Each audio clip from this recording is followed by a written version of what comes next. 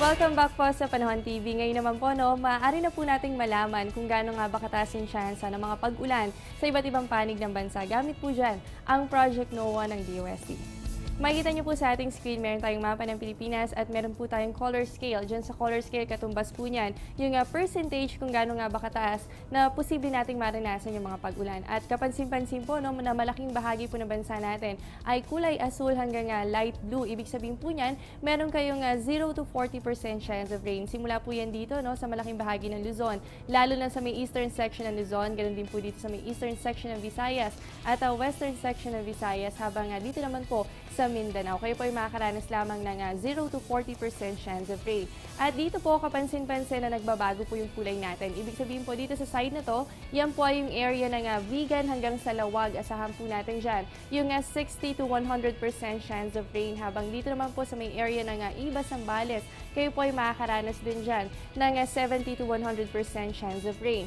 Habang dito naman po sa area ng Palawan, kung papansin niyo po, medyo nagbabago din yung kulay. Ibig sabihin po, posible po kayo makaranas dyan ng 40 to 70% chance of rain. At dito rin po sa may Central Visayas, posible rin po kayo makaranas dyan ng 30 to 50% chance of rain. So yung mga datos po natin ito, posible po yung magbago sa loob ng 4 na oras. Kaya po para laging updated, bisitahin lamang po ang Panahon TV website at piliin po ang link ng Project NOAA.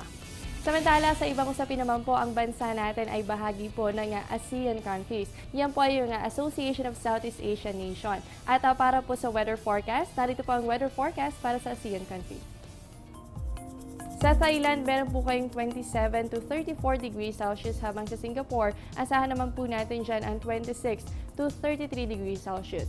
Sa Malaysia, meron po kayong 25 to 34 degrees Celsius, at sa Indonesia, meron naman po kayong 25 to 33 degrees Celsius. Sa Vietnam, meron po kayong 26 to 35 degrees Celsius, habang sa Brunei Darussalam, asahan naman po natin dyan ng 25 to 32 degrees Celsius.